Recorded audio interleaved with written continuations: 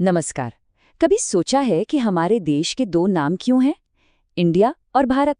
अभी हाल ही में president of Bharat जैसे शब्दों का इस्तेमाल हुआ और ये पुरानी बहस फिर से शुरू हो गई। तो आखिर इन दो नामों की कहानी क्या है? चलिए आज इसी सवाल की तह तक चलते हैं। आज हम इन दोनों नामों की जड़ों को खंगालेंगे। हम देखेंगे कि ये नाम हमारे इतिहास और हमारी पौराणिक कथाओं में कितनी गहराई तक समाये हुए हैं, ताकि आज जो बातें हो रही हैं हम उन्हें और बेहतर तरीके से समझ सकें। इस पूरे बहस का जो सेंटर है ना, वो हमारे संविधान का यही एक वाक्य है।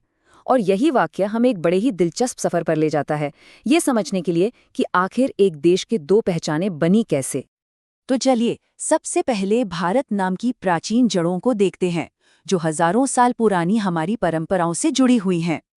तो पहली कहानी हमें ले चलती है सीधे वैदिक काल में। ऋग्वेद में भरत नाम की एक बहुत शक्तिशाली जनजाति का जिक्र मिलता है। कहा जाता है कि उन्होंने दशराज्य युद्ध में, यानी 10 राजाओं की एक बहुत बड़ी लड़ाई में जीत हासिल की थी। और उसी जीत के बाद उनके सम्मान में इस पूरी भूमि को भरतों की भूमि कहा जाने लगा। अब दूसरा बड़ा सोर्स वो है हमारा महाकाव्य महाभारत। इसमें एक महान राजा भरत की कहानी है, जो राजा दुष्यंत और शकुंतला के बेटे थे। उनका वंश इतना ज्यादा प्रभावशाली था कि धीरे धीरे पूरा उपमहाद्वीप ही उनके नाम से, यानी भारत के नाम से जाना जाने लगा। और बात यहीं खत्म नहीं होती, एक तीसरी कहानी भी है। ये कहानी इस नाम को मनु से जोड़ती है, जिन्हें हमारी पौराणिक कथाओं में मानव जाति का पूर्वज माना जाता है। इससे पता चलता है कि भारत शब्द की जड़ें हमारी परंपराओं में कितनी गहरी और कितनी अलग-अलग जगहों पर हैं। अब इस भूमि की पुरानी सोच को समझने के लिए हमें सिर्फ पॉलिटिकल मैप्स से आगे सोचना होगा। हमें ये समझना होगा कि पुराने जमाने में दुनिया को एक ब्रह्मांडीय नजरिए से कैसे देखा जाता था।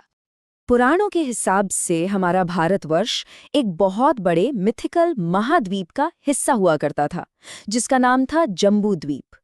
जरा सोचिए, ये एक ऐसी दुनिया थी जहां भूगोल और पौराणिक कथाएं दोनों एक दूसरे में पूरी तरह से गुंथी हुई थीं। अब ये तो हो गई पौराणिक बात, लेकिन विष्णु पुराण का एक श्लोक इस पौराणिक विचार को एक असली ज्योग्राफिकल पहचान देता है। ये कहता है कि जो देश समुद्र के उत्तर में और बर्फीले पहाड़ों के दक्षिण में है, उसे भारत कहा जाता है। ये श्लोक उस पौराणिक दुनिया को हमारे असली उपमहाद्वीप से जोड़ता है।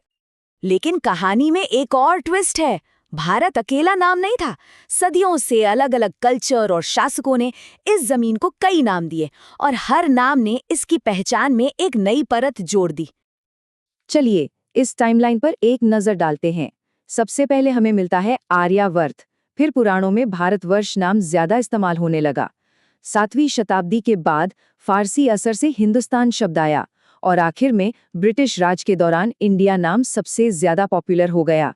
हर नाम अपने समय के कल्चर और पॉलिटिक्स की कहानी कहता है।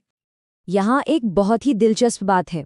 भारत नाम की जड़ें पूरी तरह से हमारी अपनी परंपराओं में है, जबकि हिंदुस्तान और इंडिया जैसे नाम हमें बाहर की दुनिया की नज़रों से मिले हैं।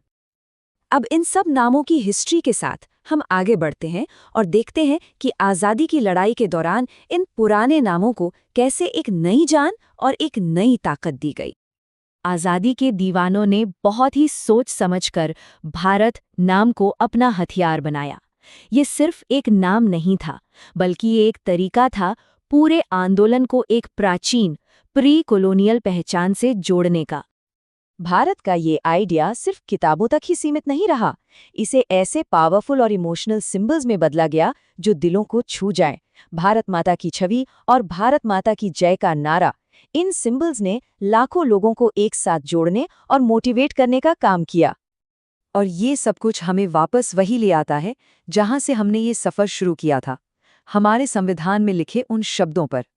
संविधान में इंडिया, जो कि भारत है, लिखना कोई गलती नहीं थी, बल्कि एक बहुत ही सोचा समझा फैसला था। इसका मकसद था भारत की हजारों साल पुरानी विरासत को इंडिया की मॉडर्न पहचान के साथ मिलाना, ताकि हम दुनिया के सामने अपनी पूरी कहानी रख सके। तो आखिर में हम कह सकते हैं कि ये दो नाम एक ही सिक्के के दो पहलू जैसे हैं। इंडिया दुनिया के लिए हमारा मॉडर्न चेहरा है, तो वहीं भारत हमें हमारी गहरी जड़ों, हमारे इतिहास और हमारी संस्कृति की याद दिलाता है।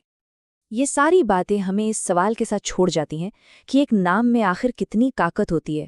ये सिर्फ एक शब्द नहीं होता, ये एक राष्ट्र की पूरी कहानी होती है। तो सवाल ये उठता है कि आज के समय में हम अपनी कहानी दुनिया को किस नाम से बताना चाहते हैं।